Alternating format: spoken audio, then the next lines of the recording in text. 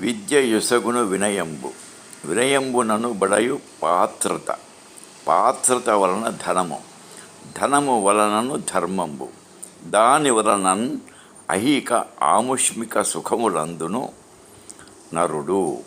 ఇది భర్తృహరి సుభాషితములలో ఒకటి.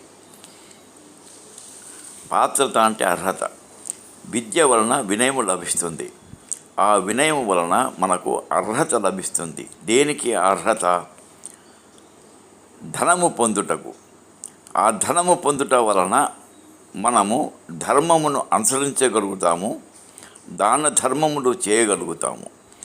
దానివలన ఆ ఫలితము ఏమిటి అంటే ఐహిక ఇహలోక ఈ ప్రపంచములోని మరియు ఆముష్మిక పరలోకంలోని సుఖములను మనము పొందగలుగుతాము. మనం అంటే నరుడు పొందగలుగుతాడు. నరుడు అంటే మానవుడు పొందగలుగుతాడు.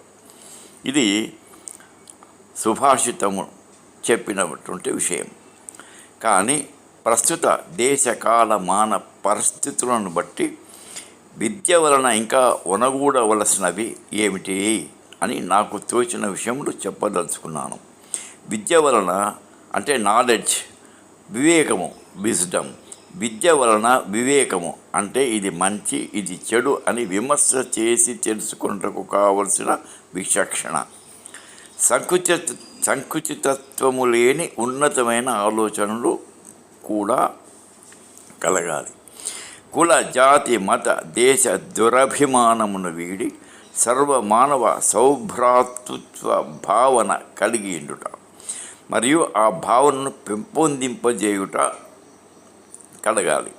నా కులము గొప్పది, నా జాతి గొప్పదనో, నా అధికారం గొప్పదనో, నేను అధిక విద్యావంతుడనో లేక నేను అధిక సంపన్నుడను అనే అహంకారమును వీడి అందరి పట్ల సహృదయంతో సమభావనతో మెలగుట మరియు ఆ విద్య మనిషిని సంస్కారవంతునిగా చేయుట.